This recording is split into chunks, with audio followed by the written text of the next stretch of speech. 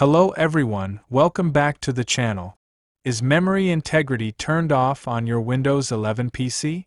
When you try to enable it, Windows shows a warning saying your device may be vulnerable and lists incompatible drivers.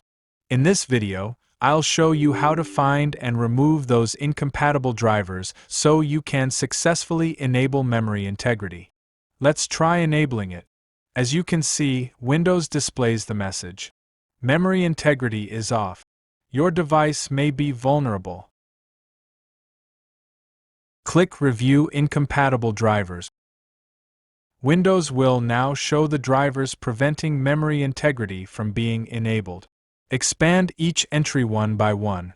In my case, several incompatible drivers are listed. We'll need that information to remove the drivers. Now right-click the Start button and select Device Manager.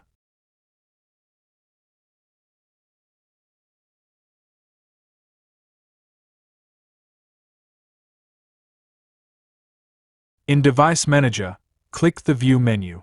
Then choose Devices by Driver. This option helps us locate the installed drivers more easily. Now look for the driver that matches the incompatible driver shown in Windows Security. Find the driver with the same INF name.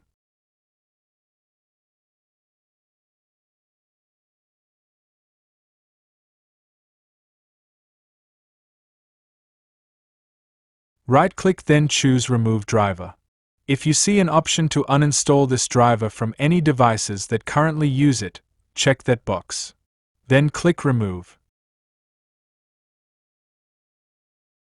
Repeat the same process for every incompatible driver. Do it one by one until all drivers with an INF name have been handled. In my example, Windows shows 6 incompatible entries, but only 3 of them have INF names. Remove all drivers associated with those INF files.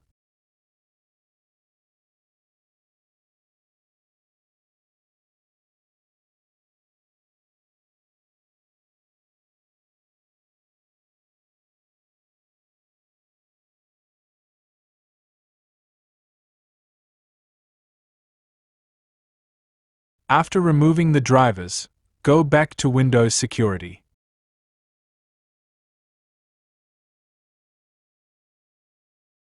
Try enabling memory integrity again. If it still doesn't turn on, restart your computer first.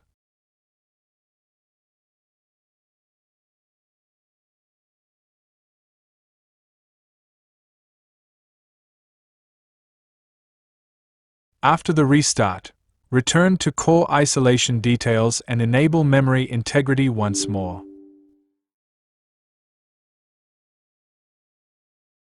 Windows may ask you to restart again.